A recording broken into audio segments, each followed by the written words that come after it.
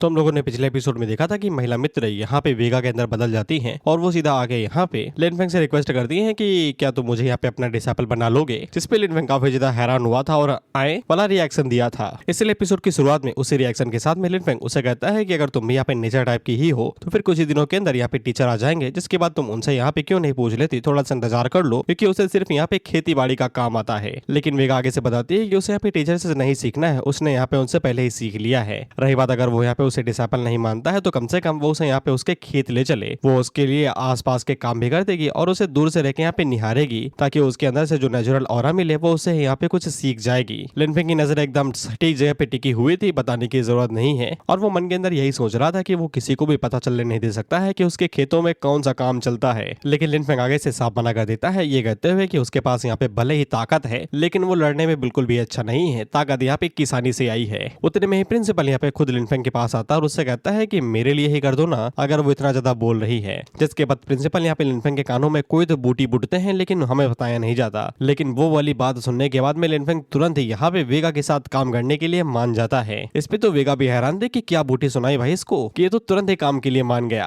खैर वेगा का काम बन गया था, इसलिए वो चुंबक की तरीके लिनफेंग के साथ चिपक जाती है। सॉरी, इसका नाम वेरा है, वेगा नहीं। खैर इसके बाद हम लोग वेरा को खेतों के अंदर काम करता हुआ देखते हैं और ये पूरी लगन के साथ में काम कर रही थी, ऐसा लिनफेंग को लगता है। लेकिन लिनफेंग को काफी अच्छे से पता था कि वो यहाँ पे ग्रीन हाउस के अंदर वेरा को घुसने नहीं दे सकता है, क्योंकि वहाँ पे स्पेशल तरीके की क्रॉप्स उगी रही हैं। लेकिन लिनफेंग उसको यहाँ पे बाहर की तरफ ही रखता है, ये कहते हुए कि वहाँ पे जाओ, वहाँ पे काम पड़ा हुआ है, जाओ गेहूं काट दो जाके। लेकिन अब तक वेरा को भी पता चल गया था कि यहाँ पे लिनफेंग जो भी सब्जियां उगा रहा है वो यहाँ पे खास तरीके के माना से उगा रही है। बेसिकली सब्जियों का जो पोषक तत्व है वो माना से मिल रहा है, इसलिए जो क्रॉप्स है वो यहाँ पे स्पेशल तरीके के एट्रीब्यूट बफ दे रहे हैं। इसलिए वेरा लिनफेंग के अंदर अब और ज्यादा क्यूरियस हो रही थी कि ये साला कर क्या रहा है ग्रीन हाउस के अंदर। इसके बाद अगला सीन 1 घंटे की बात का होता है और वहाँ पे वेरा को पता चलता है कि लिनफेंग जो भी मिट्टी का इस्तेमाल करता है, बेसिकली जो जमीन है वो एकदम नॉर्मल जमीन है। और जब लिनफेंग वहाँ पे आती है तो वेरा उसे कंफर्म भी करती है, तो लिनफेंग भी आगे से करता है कि हाँ, यहाँ पे जो भी सॉइल यानी कि मिट्टी है वो पूरी तरीके से ऑर्डिनरी है। तो वेरा उससे पूछती है कि तुम यहाँ पे माना क्रिस्टल पाउडर या फिर एलिमेंटल लोम का इस्तेमाल क्यों नहीं करते। जिस पे लिनफेंग आगे से कहता है कि तुमने खेत देखा ना कितने बीघा का है, इतना गरीब हो कि साला खाना अफोर्ड नहीं कर पाता मैं, हल भी खुद चलाने पड़ते हैं, बैल नहीं लगा पा रहा मैं, और तुम्हें लगता है कि मैं इतने महंगे महंगे फर्टिलाइजर खरीदूंगा। तो फिर वेरा उसे यहाँ पे एक जड़ी बूटी की तरफ इशारा करते हुए बताती है कि देखो ये सूख गई है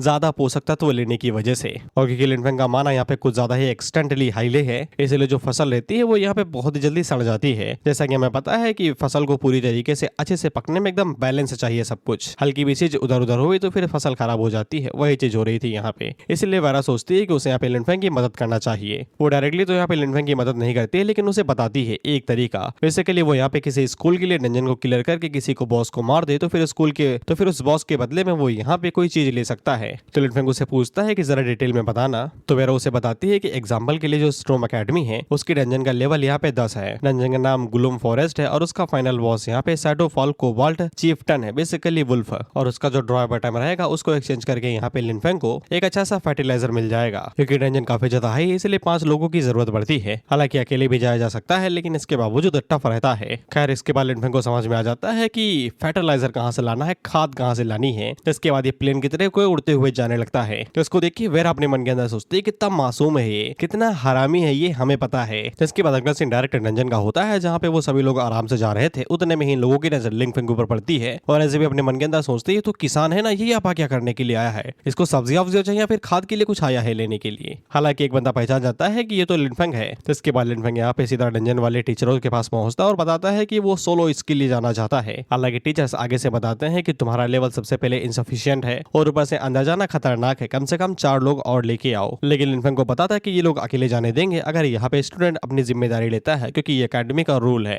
हालांकि वो लोग लिनफेंग को बिल्कुल भी अंदर जाने नहीं देने वाले थे, वो तो को उसकी किस्मत अच्छी है कि वेरा यहाँ पे आ गई और ये दोनों टीचर्स वेरा को जानते हैं, तो वो यहाँ पे लिनफेंग को जाने देते हैं और उसे कहते हैं कि हाँ हाँ तुम्हारे कैपेबिलिटीज पे हमें यकीन है, अकेले जा सकते हो। हालांकि जो बाकी लोग थे उन्हें यहाँ पे लिनफेंग के लिए बुरा ही लग रहा था और कुछ तो यही कह रहे थे कि अगर ये अंदर जाके निपट ही जाए तो ही बढ़िया रहेगा, कम से कम हमारी एक्स्ट्राऑर्डिनरी एकेडमी को बेइज्जती तो नहीं सहनी पड़ेगी। खैर लिनफेंग जैसे ही यहाँ पे एंट्री मारता है तैसे ही उसके ऊपर यहाँ पे सारे वुल्फ हमला कर देते हैं, कहते हुए कि खाना आया है। तो फिर लिनफेंग जल्दी से वहाँ पे यूएई और हीसाओ को बाहर निकालता है, ये कहते हुए कि रास्ता क्लियर करो भाई, किस लिए तुम्हें रखा है मैंने, किस लिए अपना माना खर्चा करता हूँ मैं।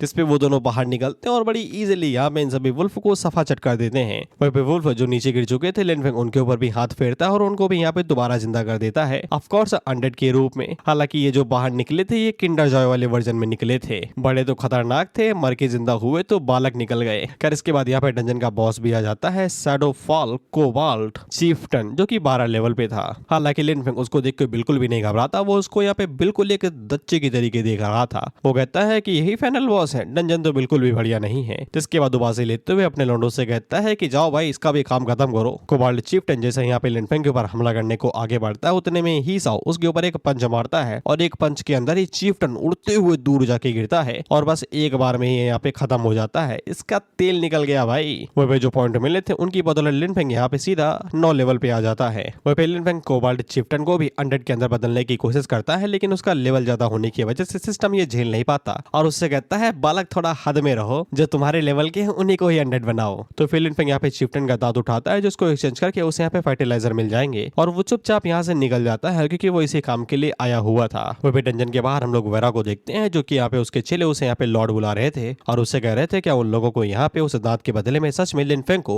कॉम्बैक्ट क्लास के रिसोर्स देने पड़ेंगे। जिसपे वेरा आगे से कहते धीरज रखो बच्चा, वो यहाँ पे क्लास कॉम्बैक्ट के लिए नहीं आया, उसको फर्टिलाइजर चाहिए, बस गोबर पड़ा है उठा के दे दो उसको। जिसपे उन लोगों को चैन की सांस आती है, क्योंकि गोबर उन लोगों के पास बहुत ही मात्रा में पड़ा हुआ है। खैर इसके बाद लिन फेंग बाहर निकलता है, जिसने यहाँ पे जो डंजन थी उसे क्लियर कर लिया था और क्लियर करने की जो एवोल्यूशन थी वो SSS थी, यानी कि हाईएस्ट लेवल का स्कोर मारा है बंदे ने। इसको देख के बाकी लोग हैरान थे और नोबारा यहाँ पे क्या कर रही है। खैर बाकी लोग ये देख के साफ कहते हैं कि चीटिंग की है साले ने, क्योंकि 8 लेवल का फार्मर सोलो यहाँ पे 10 लेवल की डंजन कर दे, ये पूरी तरीके से नामुमकिन है, वो भी SSS की एवोल्यूशन क्लियरेशन के साथ में। इसलिए वो सभी आगे से चिल्लाने लगते हैं कि इसके हाथों से अभी हीरोइक स्पिरिट फ्रेगमेंट छीन लो, नहीं तो हम छीन लेंगे। वो पे वेरा को लग रहा था कि लिन फेंग यहाँ पे फाइट करने के मामले में इतना बढ़िया नहीं होगा, लेकिन लिन फेंग उसकी उम्मीदों से कई गुना ज्यादा यहाँ पे अच्छा परफॉर्म किया है। वो पे लिन फेंग जैसे ही बाहर आता है तो फिर उसे बाहर का सीन कुछ ज्यादा ही खतरनाक दिखता है। वो मन के अंदर सोचता है कि इस बार किसको मिर्ची लग गई भाई, इतना मिर्ची ना लगाओ नहीं तो ज्वाला निकलेगी पिछवाड़े से। हालांकि लिन फेंग उन लोगों को इग्नोर मारते हुए यहाँ पे टीचर के पास आगे बढ़ता है और दांत देते हुए कहता है कि उसे कुछ रिसोर्स चाहिए इसके बदले में। तभी पीछे से एक प्लेयर बताता है कि इस तरीके से नहीं चलता यहाँ पे, तो चीजें तुम्हें यहाँ पे मिलती है वो पूरी तरीके से बैंड रहती है, यानी कि तुम यहाँ पे एक्सचेंज नहीं कर सकते। डंजन के अंदर से जो चीज तुम्हें मिलेगी वो तुम्हें अकेडमी को वापस देनी पड़ेगी। ऑफ कोर्स ये डंजन अकेडमी की है, इस हिसाब से तुम ज्यादा ना सोचना। लेकिन वेरा ने यहाँ पे पहले इन लोगों को पट्टी पढ़ा दी थी, तो ये आगे से बताते हैं कि यहाँ पे डंजन से जो भी मिला है वो रिवॉर्ड यहाँ पे डंजन ने दिया है, इसलिए अकेडमी का कोई भी राइट नहीं है कि यहाँ पे वो इस चीज के ऊपर पाबंदी लगाए। जिसपे तो वो बंदा आगे से कहता है कि इस हिसाब से तो फिर हम लोगों को भी अंदर जाना चाहिए। तो एक बंदा आगे से बताता है कि अंदर जाने से मुंडी भी उड़ जाती है,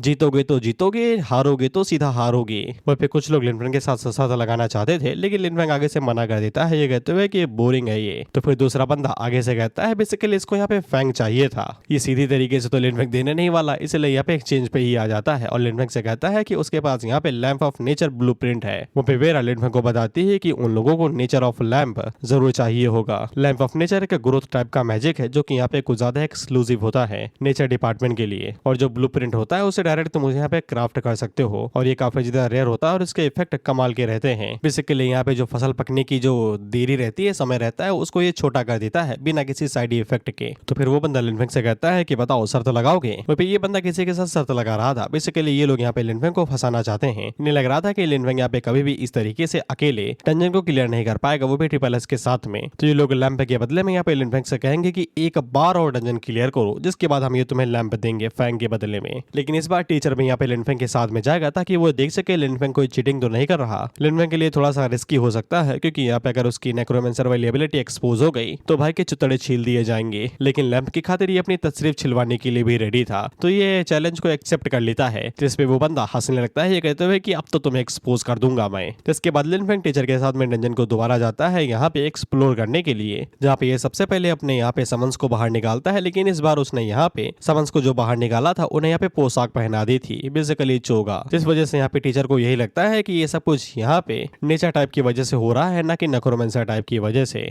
कर इसके बाद लिन फेंग अपने समन से कहता है कि फुल फोर्स के साथ में अटैक करो। तो वो सभी अपनी पूरी ताकत की मदद से यहाँ पे तेजी के साथ आगे बढ़ते और जो भी सामने आ रहा था उसको पेलते जा रहे थे। यहाँ तक कि ये भी आगे से यहाँ पे जानते हो मटर के दाने मार रहा था। रही बात हिसाओ की, तो ये आगे से यहाँ पे एनर्जी ब्लास्ट कर रहा था। वो भी टीचर घबरा गया था कहीं ये मेरी नौकरी ना खा जाए, साला 1 मिनट के अंदर ही इसने यहाँ पे पूरी कोबाल्ट पेट्रोल स्क्वाड की धज्जियां उड़ा दी। ये पक्का किसी स्पेशल क्लास की ही बदौलत होगा, नहीं तो ऐसे नामुमकिन है। वो लिन फेंग टीचर को बता देता है कि अगला नंबर बॉस का है, तो फिर कमर कस लीजिए। इसके बाद कोबाल्ट चीफ्टन दोबारा बाहर निकलता है, जो कि इस बार थोड़ा सा गुस्से में लग रहा था, क्योंकि वो इस बार लिन फेंग के ऊपर डायरेक्ट हमला करता है, रुकता बिल्कुल भी नहीं, जैसे कि पिछली बार अपनी शॉट की शो ऑफ मार रहा था। और इस बार ये पूरा प्रिपेयर होके आया था, आर्मर और शील्ड वील्ड लेके। लिन फेंग आगे से कहता है कि यार तुम तो रेडी होके आए हो। खैर ये कैसे भी रेडी क्यों आया था, लेकिन इसकी फील्डिंग सेट थी। लिन फेंग के कहने पे वो सभी एक साथ इसके ऊपर हमला करते हैं, और ये जब हमला कर रहे थे तो फिर यहाँ पे लिन फेंग का जो ऑरा था वो उसने चारों तरफ से यहाँ पे हीसाओ को घेर लिया था। इसीलिए जब हीसाओ यहाँ पे कोबाल्ट चीफ्टन के ऊपर हमला करता है तो ऐसा लगता है कि यहाँ पे एक पंच ने हमला किया है, जो हीसाओ को पूरी तरीके से ढक लेता है। और पंच की पावर पहले की तरीके ही ज्यादा थी, जिसको देख के टीचर दोबारा हैरान हो जाता है कि ये पर्सन है या फिर कोई बाहुबली। और चीफ्टन को हराने के बाद में लिन फेंग अपने सभी लोगों को वापस बुला लेता है, जिसके बाद वो यहाँ पे पीछे मुड़ के टीचर से पूछता है क्या उसने यहाँ पे खुद को प्रूफ कर दिया। जिस पे टीचर उससे कहता है बिना किसी शक के तुमने यहाँ पे खुद को प्रूफ कर दिया है। वो भी टीचर तो बाहर जा रहा था, लेकिन लिन फेंग यहाँ पे रुका हुआ था, क्योंकि वो चीफ्टन को यहाँ पे रिवाइव करना चाहता था। इसलिए वो टीचर को आगे भेज देता है, ये कहते हुए कि वो डंजन को और ज्यादा निहारना चाहता है, यहाँ की मिट्टी घर ले जाके खेत में डालेगा, उपजाऊ जो है यहाँ की।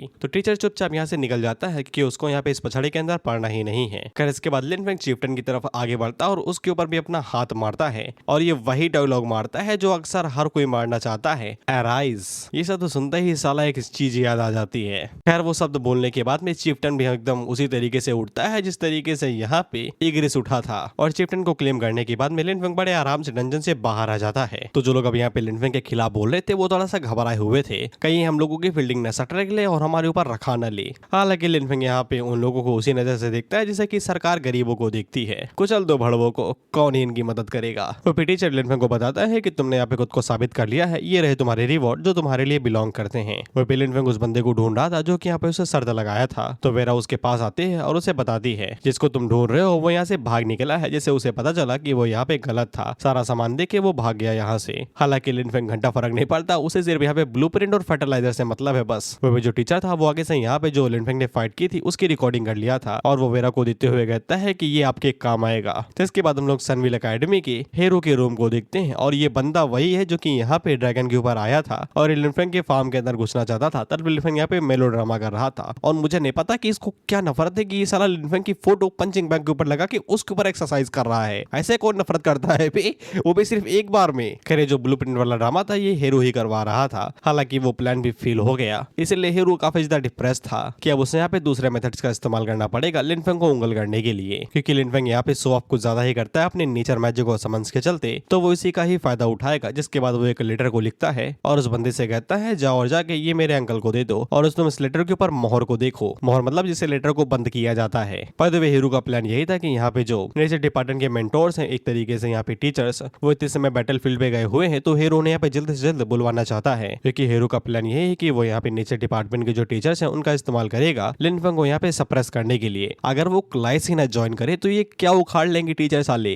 जैसे कि मैं नहीं करता। हाँ वो बात अलग है कि अटेंडेंस की धमकी देते रहते हैं। खैर हीरो का प्लान यही था कि वो उनका इस्तेमाल ही करेगा, क्योंकि टीचर्स के लिए यहाँ पे purity and rules of nature magic यही सबसे ज्यादा मायने रखता है। बाकी की जगह तेल लेने, एवरेज स्ट्रिक्ट पेरेंट्स रूल्स, पढ़ा ही सब कुछ है। बंदा दांतों से गुलाटी मार दे रहा है, ये टैलेंट नहीं है। 100 में 100 ला रहा है, ये टैलेंट है। खैर इसके बाद हम लोग यहाँ पे एक्स्ट्राऑर्डिनरी एकेडमी की वेरा का रूम देखते हैं, और ये इतने समय जानते हो क्या देख रही है? लिन फेंग की फाइट जो उसने यहाँ पे कोबाल्ट चीफ्टन के खिलाफ में की थी। वो सब तो ठीक है, तुम वीडियो देख रहे हो, लेकिन ऐसे कौन देखता है भाई? Okay, depend on personal space, कैसे भी देखो, तुम्हारा ही तो कमरा है। खैर ये फाइट की वीडियो देख के यहाँ पे वेरा को भी समझ में आ जाता है कि लिन फेंग का यहाँ पे जो नेचर मैजिक अंडरस्टैंडिंग है वो कुछ ज्यादा ही हाई है। अब इसका भी प्लान ये है कि ये भी यहाँ पे टीचर्स को बुलाना चाहती है, लेकिन भलाई की खातिर, ना कि बेइज्जती की खातिर। खैर इसके बाद ये लेटर भिजवा देती है, और इसके लेटर पे जो मोहर है वो इतनी सेक्सी क्यों है, और बाय द वे ले जाने वाला भी इतना क्यूट क्यों है? खैर वेरा ने चिट्ठी में यही लिखा था कि बुड्ढो वापस आ जाओ, नहीं तो तुम्हारी लाइफ अचीवमेंट चुटकियों में गायब हो जाएगी, खेतों में ही रह जाएगी वो।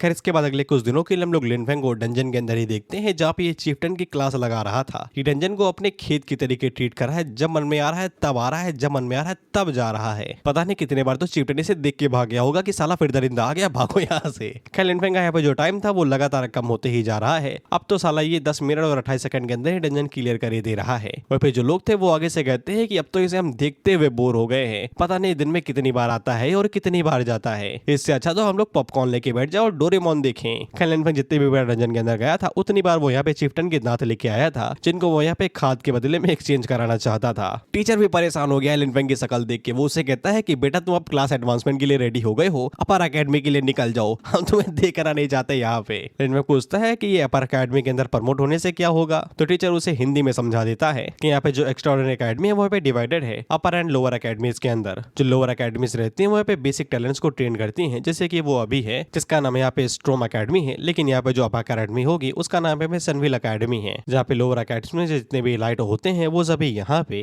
सनविल अकेडमी के अंदर जाते हैं, तो वो अपर अकेडमी कहलाती है। और जैसे ही लिनफेंग यहाँ पे सनविल अकेडमी के अंदर चला जाएगा तो फिर उसको यहाँ पे जो एक्सचेंज रेट होगा वो भी काफी ज्यादा बढ़ जाएगा। बेसिकली 2 कौड़ी की चीजों में वो ज्यादा मुनाफा कमा पाएगा और लिनफेंग जैसे जीनियस को वहीं पे ही होना चाहिए। लोग के लिए वो चाहता है कि ये बड़वा यहाँ से भाग जाए, इसकी शकल देख के तंग आ गया हूँ मैं। लिनफेंग आगे से टीचर को शुक्रिया कहता है, तो टीचर आगे से कहता है नहीं नहीं तुम यहाँ पे दोबारा दिखाई न देना, बस तुम भाग जाओ यहाँ से। जिसके बाद हम लोग लिनफेंग को मिशन हॉल के अंदर देखते हैं, जहाँ पे एक लड़की उसे पूछती है कि तुम यहाँ पे प्रमोशन के लिए आए हुए हो ना, जल्दी से अपने क्रेडिट वॉचर और डिपार्टमेंट के बारे में बताओ। जिस पे लिनफेंग अपना आईडी कार्ड देता है, जहाँ पे उसके जो क्रेडिट थे वो 30,000 के ऊपर थे। ऑफ कोर्स कई सारे लोग यहाँ पे लिनफेंग को जानते थे क्योंकि वो यहाँ पे एक डंजन को घर के खेत के तरीके जो ट्रीट कर रहा था। खैर वो लड़की यहाँ पे लिनफेंग के सारे डॉक्यूमेंट को वेरीफाई करती है और उसे बताती है कि सब कुछ कंप्लीट है, बस कुछ मिशंस को कंप्लीट करो, जिसके बाद तुम ऑफिशियली सनविल एकेडमी के मेंबर बन जाओगे। लिनफेंग उस लड़की से पूछता है कि एक्सचेंज के बाद में, बेसिकली प्रमोट होने के बाद में, क्या वो यहाँ पे गोल्ड टायर के सप्लाईज को एक्सचेंज कर पाएगा ड्रॉप आउट्स के बदले में। जिसपे वो लड़की आगे से कहती है कि ऑफ कोर्स तुम जितनी जल्दी चाहो उतनी जल्दी यहाँ पे एक्सचेंज कर सकते हो, बस एक बार तुम मेंबर बन जाओ। यहाँ तक कि वो प्लेटिनम टायर के सप्लाईज को भी एक्सचेंज कर पाएगा मेंबर बनने के बाद में। पता नहीं लिनफेंग का मिशन क्या है, लेकिन उसे बस यहाँ पे डिफेंस पेरिमीटर के पास में जाना और कुछ वहां से लेके आना है, पता नहीं वो क्या है। लेकिन लिनफेंग उससे पहले यहाँ पे एक क्राफ्टमैन के पास में जाता है और जो ब्लूप्रिंट उसके पास था, क्राफ्टमैन उसके लिए यहाँ पे लैंप ऑफ नेचर बना के रेडी कर देता है और उसे बताता है कि भले ये सिल्वर टायर का है लेकिन इसके जो इफेक्ट हैं वो गोल्ड टायर से कम नहीं है बालक। हाँ बस इसे डेथ एनर्जी से दूर रखना। Death energy equal to necromancer energy,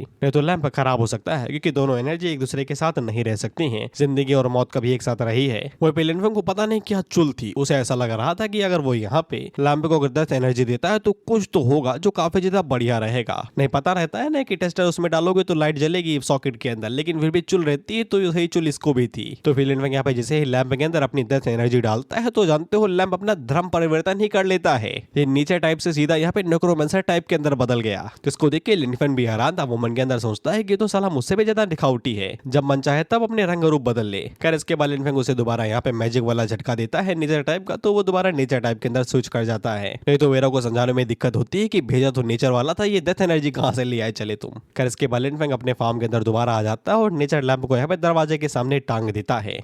और जैसे कि वेरा ने बताया था कि ये लैंप लगाने के बाद में सब्जियों की जो यहाँ पे ग्रोथ साइकिल स्पीड रहेगी वो काफी ज्यादा बढ़ जाएगी, इसलिए जो सब्जियां थी वो काफी जल्दी जल्दी यहाँ पे उग रही थी। इसको देख के तो लिनफेंग भी काफी ज्यादा हैरान हो जाता है क्योंकि इस तरीके से यहाँ पे सब्जियों का पालन पोषण करना काफी जल्दी जल्दी होगा। जिसके बाद लिनफेंग यहाँ पे मिशन को कम्प्लीट करने के लिए चला जाता है जो उसे यहाँ पे प्रमोशन देगा। और लिनफेंग के जाने के बाद में हम लोग देखते हैं कि यहाँ पे यूवे की जो शैडो थी या फिर उसका जो अनडेड था वो आता है, जो की यहाँ पे सबसे पहले उस लैंप को देखता है। जिसके बाद उस लैंप को अपने पास रख लेता है। जिसके बाद अगला सीन अबंडेंट वॉच टावर का होता है और यही यहाँ पे लिनफेंग की मिशन लोकेशन थी और यहाँ पे देखने में काफी ज्यादा तकलीफ हो रही थी, इसलिए लिनफेंग को सावधान रहना था क्योंकि साथ ही साथ यहाँ पे कुछ फुटप्रिंट भी थे जो कि ताजा लग रहे थे। तभी लिनफेंग को एकदम जोर की आवाज आती है। जिसके बाद जब वो ऊपर देखता है तो फिर हम लोग 2 लोगों को यहाँ पे देखते हैं जो कि वॉच टावर के ऊपर चढ़े हुए थे। इनकी बातों से हम लोगों को पता चलता है कि ये लोग यहाँ पे लिनफेंग का जो मिशन है उसे फेल करवाने के लिए आए हुए हैं और उनको भेजने वाला ऑफ कोर्स हेरू ही है। इतनी नफरत कोई किसी से कैसे कर सकता है? हेरू कर सकता है लिनफेंग से। कल लिनफेंग का मिशन यही था कि उसे यहाँ पे कुछ चीजें ढूंढनी थी जो कि यहाँ पे इन लोगों को मिल गई थी, तो बस उन चीजों को यहाँ पे इन लोगों को डिस्ट्रॉय करने था, जिससे यहाँ पे लिनफेंग का जो मिशन है वो फेल हो जाएगा। जब चीज नहीं मिलेगी तो मिशन कहाँ से कंप्लीट होगा। इसलिए जो दूसरा बंदा था वो किताब को नीचे ही फेंक देता है क्योंकि ये किताब लिनफेंग को ही ढूंढनी है।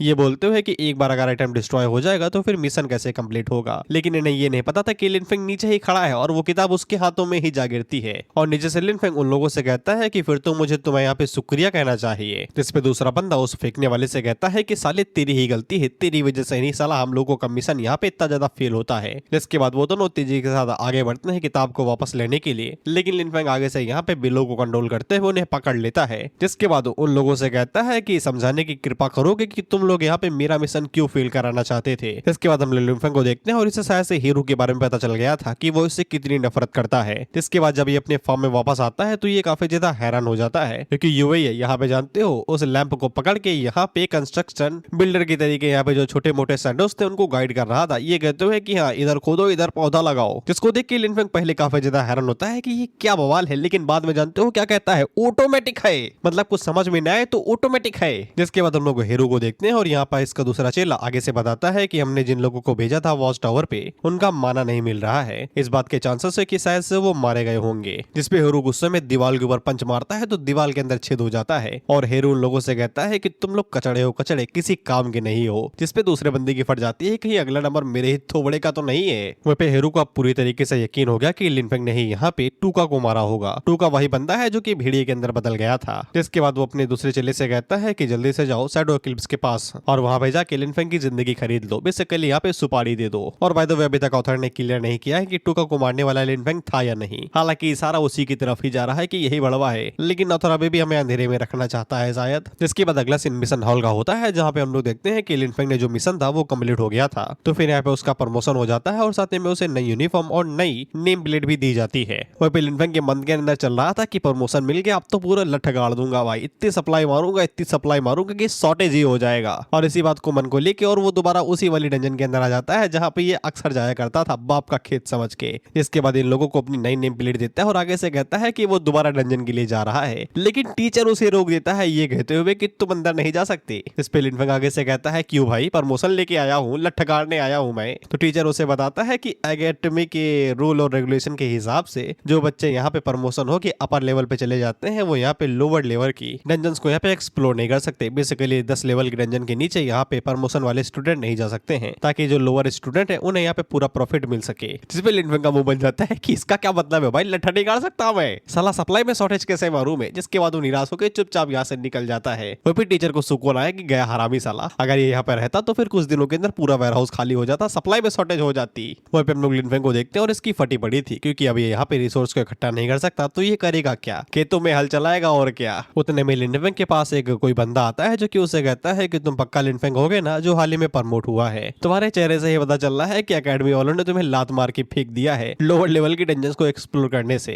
जिसके बाद वो लिन फेंग को बताता है कि उन लोगों ने की स्क्वाड ने एक डंजन को यहाँ पे सिक्योर किया है और वो लोग एक मिशन के लिए जाना चाहते हैं जहाँ पे वो लोग कुछ रिसोर्स इकट्ठा करेंगे, लेकिन उन्हें यहाँ पे एक पर्सन की कमी पड़ रही है। वो पे लिन फेंग भी अपने मन के अंदर सोचता है कि इसका यहाँ पे इस तरीके से आना कुछ ज्यादा ही कन्विंसियन नहीं है, मतलब रब ने बना दी जोड़ी जैसा वाला फील नहीं हो रहा है। खैर वो बंदा लिन फेंग को बताता है कि इस तरीके से भटकते रहोगे तो फिर कोई भी डंजन नहीं मिलेगी क्योंकि डिफिकल्टी अपर डंजन की काफी ज्यादा हाई रहती है, इसलिए हमारे साथ आ जाओ, माल कमाओगे। वो पे लिन फेंग को सच में यहाँ पे माल की जरूरत है क्योंकि उसे यहाँ सप्लाई चाहिए एक्सचेंज करने के लिए, और साथ ही में अगर वो इनके साथ जाता है तो फिर वो यहाँ पे सनविल एकेडमी के डंजन के स्ट्रक्चर को भी समझ जाएगा। और ऊपर से सिर्फ कलेक्शन मिशन है, बेसिकली रिसोर्स इकट्ठा करने हैं, तो फिर कोई बड़ी प्रॉब्लम नहीं होनी चाहिए और वो ऑफर को एक्सेप्ट कर लेता है। जिसपे वो बंदा उसे कहता है कि चलो फिर सीधा डंजन के पास चलते हैं। खैर इसके बाद वो बंदा लिन फेंग को यहाँ पे बाकी मेंबर से मिलवाता है, जिनमें से एक ये निशान वाला था और दूसरी बुधवार थी। हाँ, इसको देख के मुझे नेटफ्लिक्स की सीरीज वाली वेंसडे याद आती है। By the way real name in लोगों का कार्टर और यूबी था, लड़की का नाम यूबी है और लड़के का नाम कार्टर है। खैर वो बंदा लिन फेंग को बताता है कि इन लोगों का गोल यहाँ पे मूनलाइट ग्रास को इकट्ठा करना है और खुफिया जानकारी की वजह से इन लोगों को पता चला है, लेकिन वहाँ पे कई सारे नाइट एल्व्स पेट्रोलिंग करते रहते हैं, इसलिए यहाँ पे चुप के उस ग्रास को इकट्ठा करना है और चुप के वापस आ जाना है। जिसके बाद हम डायरेक्ट इनको सीधा डंजन के अंदर ही देखते हैं जहाँ पे ये लोग मूनलाइट ग्रास को इकट्ठा कर रहे थे। बाय द वे इसको देख के तो मुझे यहाँ पे पता नहीं किसकी याद आई, भूल गया। खैर इन लोगों का जो मिशन था वो तो कंप्लीट हो गया था क्योंकि ये लोग जिस चीज के लिए आए थे वो काफी ज्यादा इजीली नहीं मिल गई, लेकिन तभी यहाँ पे डार्क इल्फ भी आ जाते हैं। हाँ, तुम्हें ये अजीब लग रहे होंगे, डार्क इल्फ हमेशा ऐसे ही लगते हैं। अब हेंटाई देखोगे तो इल्फ के नाम पे खूबसूरत लड़की ही तो आएगी,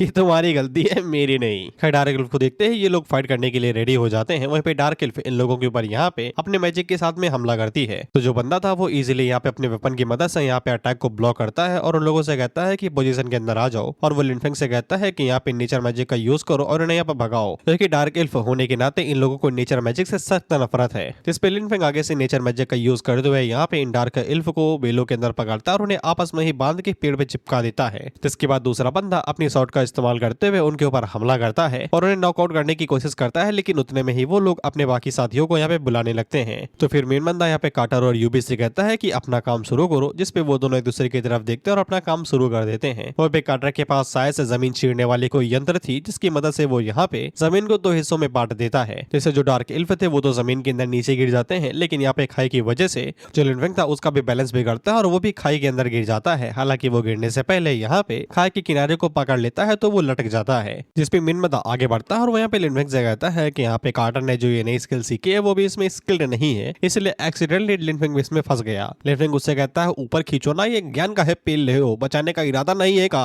जिसपे वो बंदा आगे से कहता है तुम तो वो बहादुर जूनियर ब्रदर हो जो कि हाल ही में प्रमोट हुआ था और इतना ज्यादा बहादुर था कि अकेले ही यहाँ पे इलाइट लेवल के मॉन्स्टर के साथ भिड़ गया, लेकिन इन दी एंड आखिर में तुमने यहाँ पे खुद को सेक्रीफाइस कर दिया हमें बचाने के लिए। जिसपे लिनफेंग बिल्कुल भी सीरियस नहीं था, वो आगे से कहता है कि तुम्हें डरना ही है कहा कि एकेडमी को इस बारे में पता चल जाएगा। जिसपे वो बंदा आगे से बताता है कि सनविल एकेडमी के पास में यहाँ पे जो नेम प्लेट दी जाती है वो कुछ यहाँ पे खास तरीके की प्रोसेस से होकर गुजरती है, तो उनके अंदर यहाँ पे एक पावरफुल मैजिक एनर्जी रिकॉर्ड हो जाती है और जब लिनफेंग यहाँ पे मारा जाएगा तो उस रिकॉर्ड एनर्जी को वो लोग यहाँ पे एक मॉन्स्टर की इलाइट एनर्जी से रिफिल कर देंगे, जिससे एकेडमी को यही लगेगा कि यहाँ पे लिनफेंग अभी भी जिंदा है। इस पे लिनफेंग दोबारा अनसीरियस होकर पूछता है कि एक आखिरी क्वेश्चन, क्या सच में यहाँ पे किसी को कुछ भी नहीं पता चलेगा कि यहाँ पे असल में हुआ क्या था? जिसपे वो लोग आगे से कहते हैं कि ये हमने कई बार किया है, हमारे प्रोफेशनल स्टैंडर्ड्स के ऊपर यकीन रखो भाई। जिसपे लिनफेंग आगे से कहता है कि अब मैं यकीन करता हूँ, जिसके बाद वो यहाँ पे अपनी असली रंग दिखाता है और खाई से गिर के खुद ही हवा में उड़ने लगता है। वो पे मेन बंदा जो कि अभी भी यहाँ पे लिनफेंग को हल्के में ले रहा था तब उसकी फटती है जब वो लिनफेंग को हवा में उड़ता हुआ देखता है। जिसके बाद लिनफेंग यहाँ पे अपने अननेट्स को रिलीज करता है तो इन तीनों की फटती है, क्योंकि अगले ही पल यहाँ पे जितने भी थे वो सभी यहाँ पे बाहर निकल के आते हैं और इनको चारों तरफ से घेर लेते हैं और शायद से यहाँ पे ये अपने साइज को भी मैनिपुलेट कर सकते हैं, एनर्जी के ही तो बने हुए हैं। ये तो इन लोगों को अपना लव हार्ट भी देता है ये कहते हुए ये लो, जिसके बाद वो इनके ऊपर मैजिक से हमला करता है। वो भी मेन बंदा लिनफेंग से कहता है कि ये सब कुछ नेक्रोमेंसरी है ना, ये इम्पॉसिबल है। जिसपे लिनफेंग उससे कहता है कि यही तुम्हारे आखिरी शब्द है क्या, कुछ अच्छा बोलते भाई, गाली वाली देते। जिसपे मेन बंदा लिनफेंग से कहता है कि हमारे बीच कोई भी लड़ाई वड़ाई नहीं है, ये सब कुछ हेरू ने अरेंज किया था, हमें जानने दो भाई, हम लोग गलत है हमें पता है। जिसपे लिनफेंग उससे कहता है कि तुम्हें नहीं पता है कि तुम गलत हो, तुम यहीं पे ही मरने वाले हो। जिसपे मेन बंदा लिनफेंग से कहता है कि हेरू को लगता है कि तुमने टूका को मारा है, मैं तुम्हारी मदद कर सकता हूँ यहाँ पे हेरू को निपटाने में। जिसपे लिनफेंग आगे से कहता है टूका, ये कौन बदनसीब है भाई। जिसमें यहाँ पे मेन बंदे का मुंह बंद हो जाता है। अब इसके रिएक्शन से तो मुझे यह लगता है कि इसे नहीं टूका की फील्डिंग सेट की होगी, नहीं तो ये बताता ना कि टूका वही बंदा है जिसको तुमने यहाँ पे कस के पेल दिया था। और लिनफेंग यहाँ पे सच में टूका के बारे में नहीं जानता है, तो गली से गुजर रहा था, टूका इसको बेफालतू में उंगल करने के लिए आ गया। खैर लिनफेंग को भी यहाँ पे कुछ भी नहीं जानना था, वो डायरेक्ट इन लोगों के ऊपर हमला करता है और उन्हें यहाँ पे दफन कर देता है। जिसपे मेन बंदा मरते हुए लिनफेंग को यहाँ पे कर्ज करके जाता है कि बेटा तुम बहुत गंदी मौत मरोगे। जिसपे लिनफेंग उससे कहता है कि तुम्हारे अच्छे दिन जरूर हुए हैं। जिसके बाद वो यहाँ पे इन्हें अराइज करता है और इनको भी यहाँ पे अनडेड के अंदर बदल देता है। वो लिनफेंग को अब जाके समझ में आ जाता है कि जो अनडेड यहाँ पे ह्यूमन से ट्रांसफॉर्म होते हैं उनके पास यहाँ पे अच्छी ज्यादा बुद्धि रहती है बाकी क्रीचर्स के मुकाबले में। साथ ही लिनफेंग को यहाँ पे जो डार्क एविल था उनका मैजिक भी मिलता है, लेकिन वो उसे यहाँ पे अभी कुछ समझ में नहीं आता है। लेकिन अभी के लिए वो सिर्फ बाहर जाके यहाँ पे यह रिपोर्ट करना चाहेगा कि 3 लोगों की फील्डिंग सेट हो चुकी है। लेकिन जब वो डंजन को यहाँ पे छोड़ने की कोशिश करता है तो डंजन उसे बाहर जाने नहीं देती।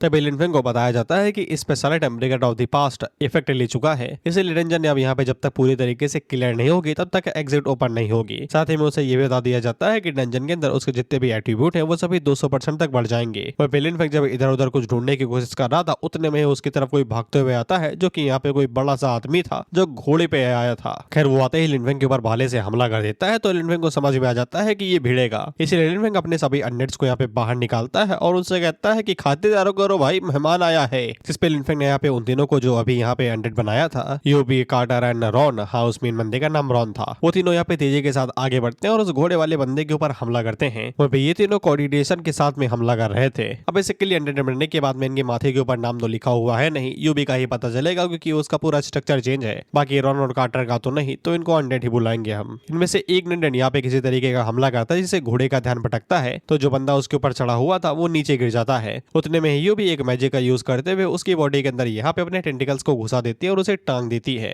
लिनफेंग को पता था कि ये सभी यहाँ पे ह्यूमन फॉर्म से अनडेड बने हैं, तो फिर यहाँ पे इनके पास इंटेलिजेंस है, तो ये एक दूसरे के साथ में कोऑर्डिनेशन के साथ में हमला कर सकते हैं। वहीं पे हम लोग उस बंदे को देखते हैं जो कि यहाँ पे किसी तरीके से ह्यूमन लैंग्वेज का यूज कर सकता था और वो लिनफेंग से कहता है कि तुम पावर ऑफ डेथ का यूज कर रहे हो। हालांकि लिनफेंग को उसकी लैंग्वेज समझ में नहीं आती, बेसिकली ऑथर ने हमारे लिए ट्रांसलेट किया है, मैं थोड़ा सा गलत खा गया। क्योंकि लिनफेंग को उसकी बात बिल्कुल भी समझ में नहीं आती, तो लिनफेंग वही काम तो करेगा ना जो इंसान करता है, दफन कर देना भाई, इसकी फील्डिंग सेट करो, हमें कुछ भी समझ में नहीं आ रहा है क्या बोल रहा है। जिसपे भालू वाला अनडेड तेजी के साथ आगे बढ़ता है और वो यहाँ पे उस बंदे को खत्म कर देता है। जिससे डंजन यहाँ पे 50% क्लियर हो जाती है और 50% अभी भी बाकी थी, जिससे लिनफेंग को समझ में आ जाता है कि ये डंजन डुअल बॉस वाली है। जिसके बाद लिनफेंग डंजन के कोर एरिया के अंदर आ जाता है जहाँ पे कई सारे मशरूम खिले हुए थे। उससे में लिनफेंग को एक खास चेंबर दिखाई देता है, तो फिर लिनफेंग उसके अंदर आ जाता है जहाँ पे एक तरीके का आल्टर बना हुआ था। तब यहाँ पे मेन बॉस निकलती है जो कि यहाँ पे लिनफेंग से पूछती पूछती है कि तुम इस होली लैंड के अंदर कैसे आए, और लिनफेंग को इस बॉस की भी बात समझ में नहीं आती, तो वो डायरेक्ट यहाँ पे फाइट ही शुरू करता है।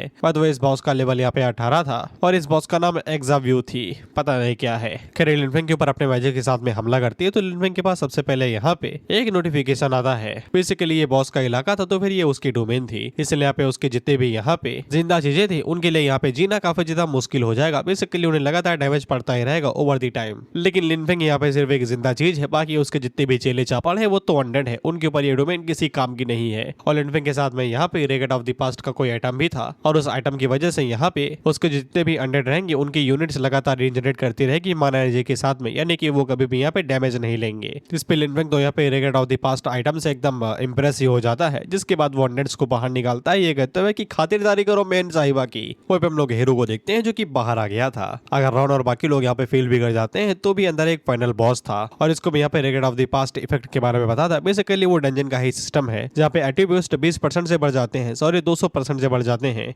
हालांकि हीरो को यहाँ पे बॉस के ऊपर यकीन था कि जब तक डंजन यहाँ पे पूरी तरीके से क्लोज रहेगी तब तक बॉस यहाँ पे अकेले ही लिनफेंग को हरा देगी। लेकिन हम लोग लिनफेंग को देखते हैं जिसने बॉस को अकेले ही हरा दिया था। ये जो है उसे बाहर खींच के लेके आता और लिनफेंग के सामने रख देता है, और फिर लिनफेंग हैरान था कि ये लोग क्या कर रहे हैं भाई, खत्म करो उसको, यहाँ क्यों लेके आए हो। और हम लोग बॉस को देखते हैं जो कि यहाँ पे ही पैंग से कहते हैं कि तुमने हमें धोखा क्यों दिया। ही पैंग वही बंदा है जिसको यहाँ पे लिनफेंग ने अभी पहले निपटाया था, यानी कि आधा बॉस। ये उसको यहाँ पे अनडेड बना दिया है लिनफेंग, इसलिए ही पैंग का जो अनडेड था वो अपनी तरफ इशारा करते हुए कहता है मुझसे बोल रहे हो क्या तुम। वो लिनफेंग उन दोनों की तरफ देखते हुए कहता है कि क्या सन लैंग्वेज में बात करो भाई, मुझे भी कुछ समझा दो।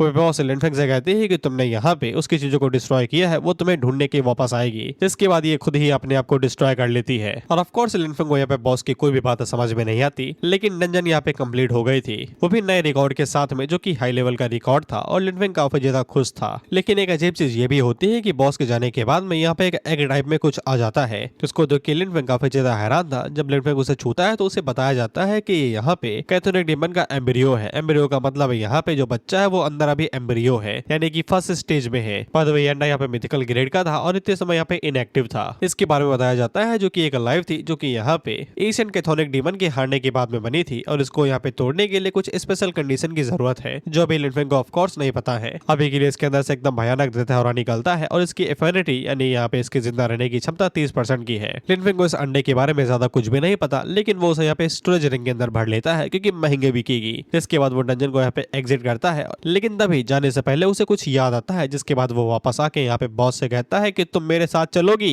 और मन के अंदर सोचता है कि अगर वो यहाँ पे बॉस को यहाँ पे अनडेड बना देता है तो फिर इसका लेवल यहाँ पे हीसो के बराबर का होता। जिसके बाद वो उसे यहाँ पे अराइज बोलता है, तो फिर बॉस भी यहाँ पे अनडेड के अंदर बदल जाती है, और क्योंकि एक हाई लेवल की बॉस थी इसलिए बोल भी पा रही थी, जो कि खुद को यहाँ पे डेथ एग्जीक्यूशनर बुला रही थी, बेसिकली जान लेने वाली। वो लिनफेंग हैरान था क्योंकि पहली बार उसके सामने अनडेड बोल रहा था। लेकिन उससे पूछता है कि तुम बोल सकती हो क्या, लेकिन यहाँ पे जो डेथ एग्जीक्यूशनर थी वो सिर्फ यही लाइन दोहरा रही थी। लिनफेंग उसे कहता है हाँ ठीक है पता है टेप रिकॉर्डर, और चुप करो। जिसके बाद वो चुपचाप डंजन से बाहर आ जाता है। वो पे हीरो घबरा जाता है कि ये भड़वा मरने का नाम काहे नहीं लेता, ये जिंदा कैसे है अभी भी। वो पे सभी लोग लिनफेंग को यहाँ पे अकेला आके हैरान थे क्योंकि ये डंजन काफी ज्यादा मशहूर है 5 लोगों को खाने के लिए। बेसिकली 5 लोग इस स्क्वाड में जाते हैं और कोई भी वापस नहीं आता। उतने में ऐसे डंजन का जो देख वेख रखने वाला होगा वो लिनफेंग से पूछता है कि तुम यहाँ के लिए आए हो, बाकी लोग कहाँ पे रह गए। जिस पे लिनफेंग आगे से वही पट्टी पढ़ाता है जो कि यहाँ पे रॉन पढ़ाने वाला था। वो बताता है कि यहाँ पे उनका सामना एक पावरफुल डार्क एल्फ की वेव के साथ हो गया, और रॉन और बाकी सभी लोगों ने खुद को यहाँ पे सेक्रीफाइस कर दिया लिनफेंग को यहाँ पे बचाने के लिए, और वो लोगों की बॉडी भी नहीं लेके आ पाया क्योंकि डार्क एल्फ उन्हें लेके चले गए, और ये टसुए बाहर रहा था उनके लिए। वो पे लिनफेंग ने वही मेथड इस्तेमाल किया था जो कि अक्सर यहाँ पे रॉन लोग करते हैं। लिनफेंग यहाँ पे टीचर को उन तीनों की नेम प्लेट देता है जिसके अंदर उसने यहाँ पे नाइट एल्फ का ऑरा भर दिया था।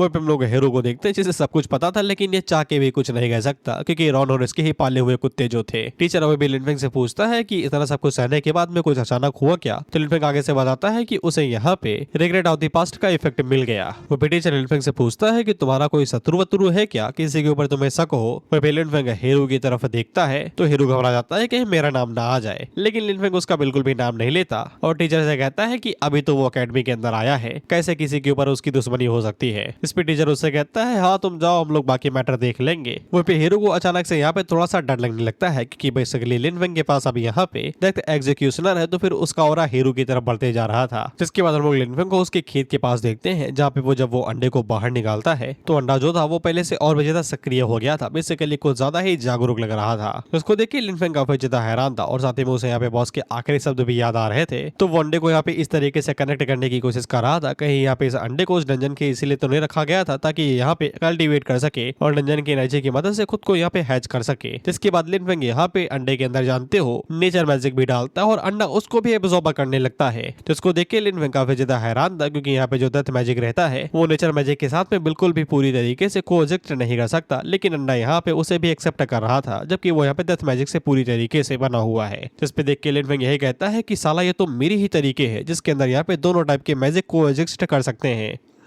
लेकिन वो बाद में इस बात से भी कंफ्यूज था कि वो तो एक इंसान है और ये साला चीज तो पक्का किसी डीमन से ही नाता रखती है। तो इसके बाद वो उस अंडे को दोबारा स्टोरेज रिंग के अंदर रखता है और अपने कपड़े पहनता है, क्योंकि अब इस चीज को हैंडल करने का बस एक ही तरीका था। जिसके बाद वो सीधा प्रिंसिपल ऑफिस के पास जाके ज्यादा धक्का फोड़ता है। इस पे प्रिंसिपल आगे से कहता है कि बेटा चुपचाप हिलाने तो देते, आधी रात में कौन दरवाजा बीटता है। जिसपे लिन फेंग आगे से अंडा बाहर निकाल के कहता है कि आपके चरम सुख से ज्यादा ये दुख जरूरी है, इसे देख के बताइए कि ये क्या चीज है। जिसके बाद प्रिंसिपल भी उस अंडे को चेक करते हैं और उससे पूछते हैं कि तुम्हें ये मिला कहाँ से। जिसपे लिन फेंग आगे से पूरी बात बताता है कि उसे ये अंडा कहाँ से मिला था और ये बता देता है कि शुरुआत में उसे तो ये नॉर्मल चीज लग रहे थे, लेकिन बाद में उसकी फटके चार हो गई। जिसपे प्रिंसिपल आगे से बताता है कि फटके चार क्यों नहीं होगी, क्योंकि ये पूरा यहाँ पे प्रिमोडियल डीमन का जो एम्ब्रियो है, बेसिकली बच्चा एक तरीके से।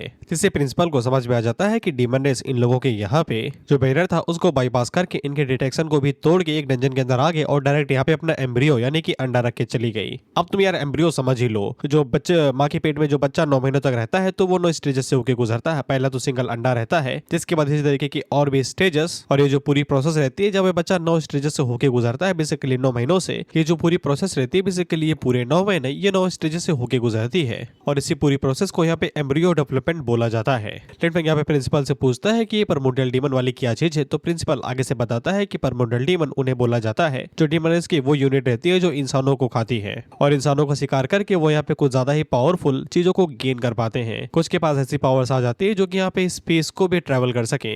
इसके बाद हमें कुछ टाइप्स दिखाई जाते हैं, जैसे कि स्टैंडर्ड टाइप, सेकंड टाइप, जिसके बाद blood layer Lord type. Basically ये डंजन की जगह है, जैसे कि पहले टाइप एक नॉर्मल टाइप थी, जिसके बाद सेकंड टाइप एक बैटल टाइप थी और बाकी थर्ड लेयर वाली ब्लड टाइप थी। प्रिंसिपल आगे से बताते हैं कि जो परमोडियल डीमन रहते हैं वो यहाँ पे स्पेस को इसी तरीके से क्रॉस करके डंजन मैकेनिक्स का इस्तेमाल करते हैं और वहाँ पे अपने एम्ब्रियो को यहाँ पे प्लांट कर देते हैं। जिसके बाद वो लोग बटल्स का इस्तेमाल करके जो डेथ मैजिक रहता है उसको यहाँ पे पूरी तरीके से यूज करते हैं अंडे को नरिशमेंट देने के लिए, बेसिकली उसका पालन पोषण के लिए। जिसके बाद अंडा क्वार्टरली हैच कर जाता है, यानी कि जल्द ही। और जब एक एम्ब्रियो पूरी तरीके से मैच्योर हो जाता है तो वो डंजन को तोड़ के उसको रियलिटी के अंदर मैनिफेस्ट कर देता है।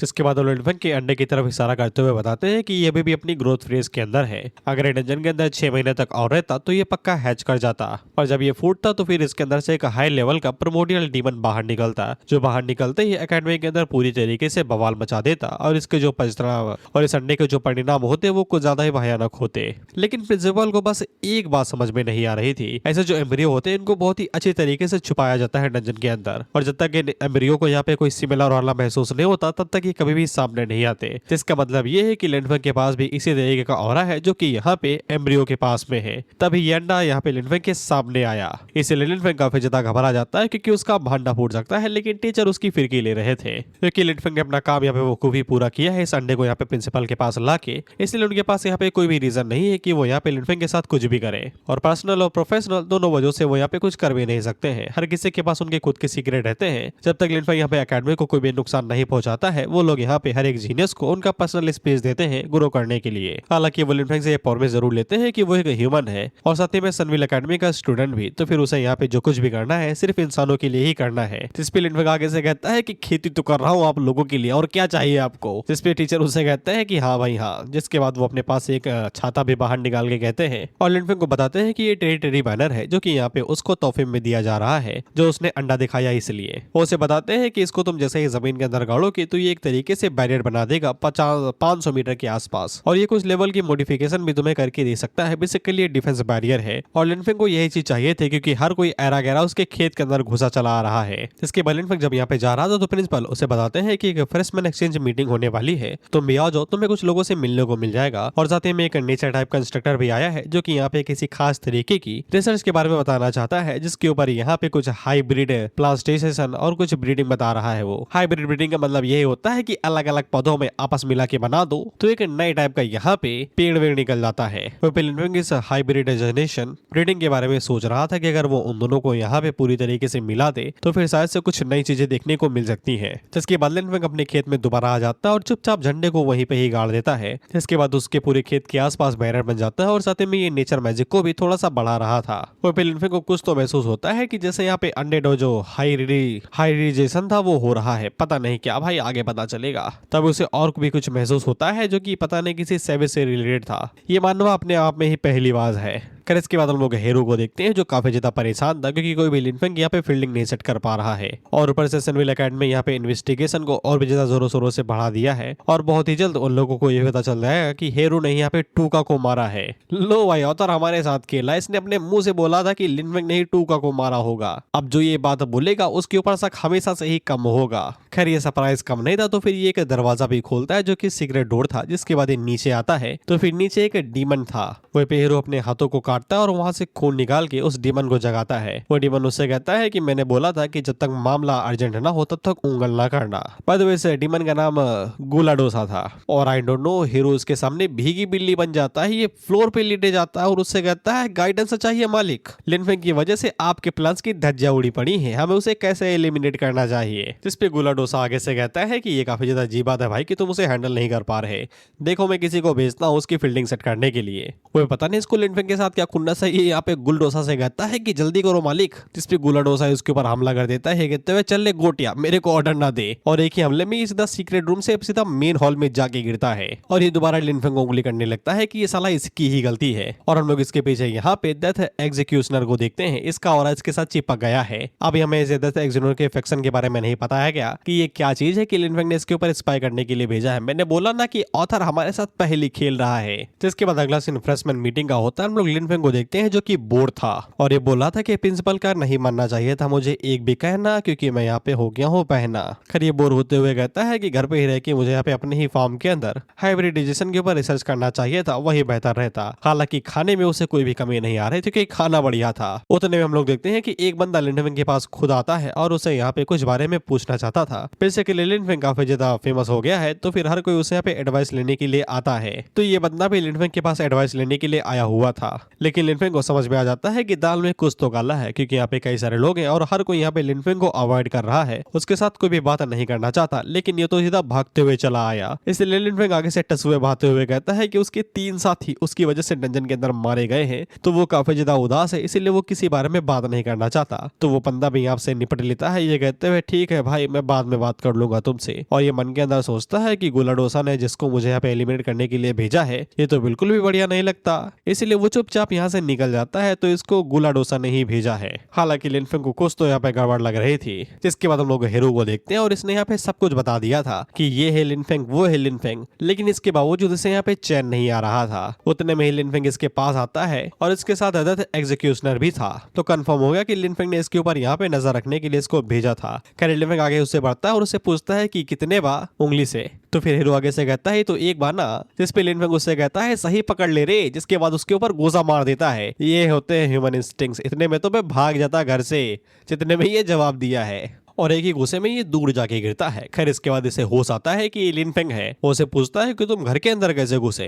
लिनफेंग उसे जवाब देने की जगह पे उल्टा सवाल पूछता है कि फॉरेस्ट के अंदर यानी कि डंजन के अंदर 3 सीनियर्स ने मेरे ऊपर हमला किया था, तुम्हारा ये वो करम धर्म था क्या। खैर इसे अब होश आता है कि इसके ऊपर घूसा पड़ा है। तो ये पूछता है तेरी हिम्मत कैसे हुई मेरे ऊपर घूसा मारने की। इसके बाद ये खड़ा होता है और डीमन क्लैन की फॉरबिडन टेक्निक फ्लैश सैक्रिफाइस का इस्तेमाल करता है। तो इसकी बॉडी यहाँ पे कुछ ज्यादा ही माचो बन जाती है। बाय द वे इसकी पूरी बॉडी सही ठाक है लेकिन इसने सैक्रिफाइस का कुछ तो मां सैक्रिफाइस किया है ना। ओ ब्रो ये मत कहना कि तुमने अपना पप्पू सैक्रिफाइस कर दिया। लिनफेंग उससे पूछता है कि तो फॉरबिडन टेक्निक है ना, क्या तुम डीमन क्लैन के स्पाई हो। जिस पे हीरो आगे से कहता है स्पाई साले मैं तो उनका भक्त हूँ, भक्त वो भी लंबा चौड़ा भक्त।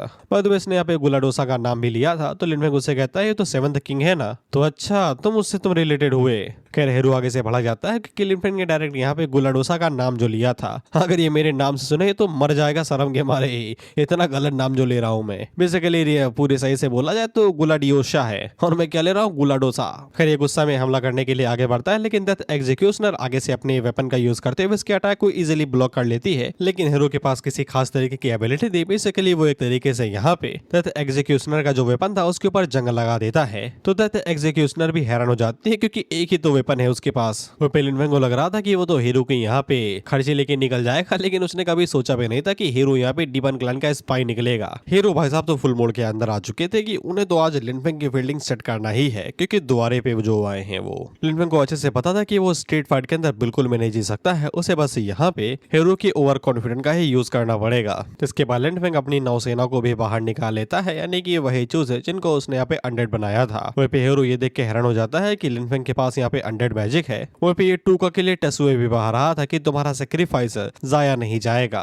आखिरकार हम लोगों ने यहाँ पे ह्यूमन रेस के जीनियस को ढूंढ निकाला है। बाय द वे इन लोगों को पता नहीं कि वो जीनियस ही साओ था, ये लिनफेंग नहीं, और शायद से टूका को इन लोगों ने ऐसे ही सेक्रीफाइस कर दिया होगा अपने गुलाडोसा के लिए, इसलिए ये टूका के लिए तसुए बहा रहा है। खैर हीरो जब अपने तसुए बहा रहा था उतने में हम लोग देखते हैं कि घोड़े वाला अनडेड तेजी के साथ आगे बढ़ता है, जो कि अपने स्पीयर को हीरो के सीने के अंदर घुसा देता है। वहीं पे लिनफेंग भी हैरान होता है कि साला टूका को तुम ही लोगों ने निपटा दिया और इल्जाम मेरे ऊपर लगा रहे थे, सबसे पहले मैं तो उसको जानता भी नहीं। खैर हीरो को समझ में आ गया था कि वो यहाँ पे जीतने वाला नहीं है, इसलिए वो यहाँ पे एक मंत्र का यूज करते हुए एक फॉर्मेशन का यूज करता है और साथ ही में गुलाडोसन को यहीं पे ही समन कर लेता है। वहीं पे गुलाडोसा जैसे ही वहां पे आता है तो ये उसको साक्षात प्रणाम करने लगता है, जिसपे गुलाडोसा सबसे पहले इसको ही खर्चा पानी देता है, ये कहते हुए कि मेरा नाम कैसे लिया बे और बिना मर्जी के बुला कैसे लेता है तू मेरे को। खर्चा पानी लेने के बाद में ये दूर जगह गिरता है, जिसके बाद हमें यहाँ पे लिनफेंग दिखाया जाता है और हीरो गुलाडोसा से कहता है कि यही वो हरामी मानुस है जो हमारे लेने पे तुला हुआ है, खत्म करिए इसको। और पता नहीं मुझे स्पाइरल को देख के एक चीज की याद आ रही है, मैं बोलना नहीं चाहता। खैर जो भी हो लिनफेंग शो ऑफ मार रहा था। खैर इसके बाद वो सभी यहाँ पे गुलाडोसा के ऊपर हमला करते हैं। खैर इसके बाद हिसा वाला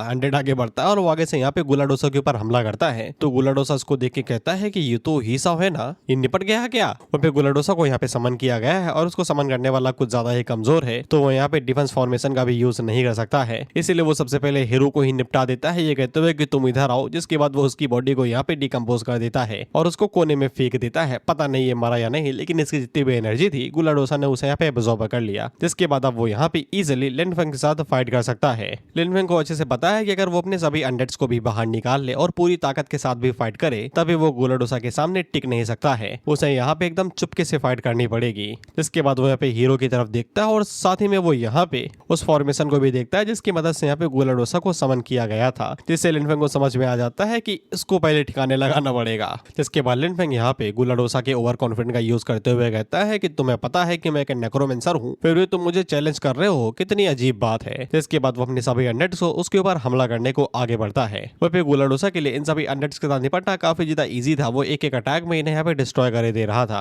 वो तो अटैक भी डॉज नहीं कर रहा, उन्हें सीधा छाती पे ले रहा है अपनी। यो और बाकी सभी लोग भी पूरी ताकत के साथ में गुलाडोसा के ऊपर हमला कर रहे थे, लेकिन गुलाडोसा को कुछ भी नहीं हो रहा था। उसको तो ये सब कुछ इतना वीक लग रहा था कि वो यहाँ पे लिनफेंग से पूछता है कि तुमने हिची के साथ निपटा कैसे। हिची वही बॉस है जिसको यहाँ पे उसने टेंजन के आखिर में हराया था और डेथ एग्जीक्यूशनर उसके से ही बनी थी। खैर गुलाडोसा 3-4 अटैक और करता है और एक बार में ही यहाँ पे जितने भी अनडेड थे उनको खत्म कर देता है। जिसके बाद वो लिनफेंग की तरफ मुड़ता है और उससे कहता है तुम्हारे कोई आखिरी सत्य बोलना चाहो तो फिर बोल सकते हो। कितनी ज्यादा खराब बात है कि तुम यहाँ पे नेक्रोमेंसर के सक्सेसर हो, लेकिन इसके बावजूद तुम्हें यहाँ पे अनडेड की पावर के बारे में अंदाजा भी नहीं है। इस पे लिनफेंग उससे कहता है ना पुत्र, तुम्हें नहीं पता है पावर ऑफ अनडेड के बारे में। जिसके बाद वो हमें बताता है कि तुमने यहाँ पे हीरो को पूरा माना चूस लिया, लेकिन उसे जिंदा छोड़ दिया। जिसका मतलब यही है कि यहाँ पे सर्मिंग फॉर्मेशन लिमिटेशन के साथ में आती है। फॉर्मेशन को माना चाहिए जो तुमने हीरो से ले लिया और उसे छोड़ दिया, लेकिन जब माना ही नहीं बचेगा तो फॉर्मेशन कहाँ से रहेगी। और लिनफेंग ने यही किया था, सारा माना वहां से निकाल लिया था। इसीलिए यहाँ पे गुलाडोसा वापस चला जाता है, क्योंकि अब वो बेचारा कुछ कर भी नहीं पाएगा। जाते हुए लिनफेंग को गाली दे के ही जाता है कि बेटा तुझे छोड़ूंगा नहीं। और मैं अभी भी कंफर्म नहीं हूँ कि हीरो मरा या नहीं। दिखा तो रहे कि सिर्फ मुंडी बची है, लेकिन इसके बावजूद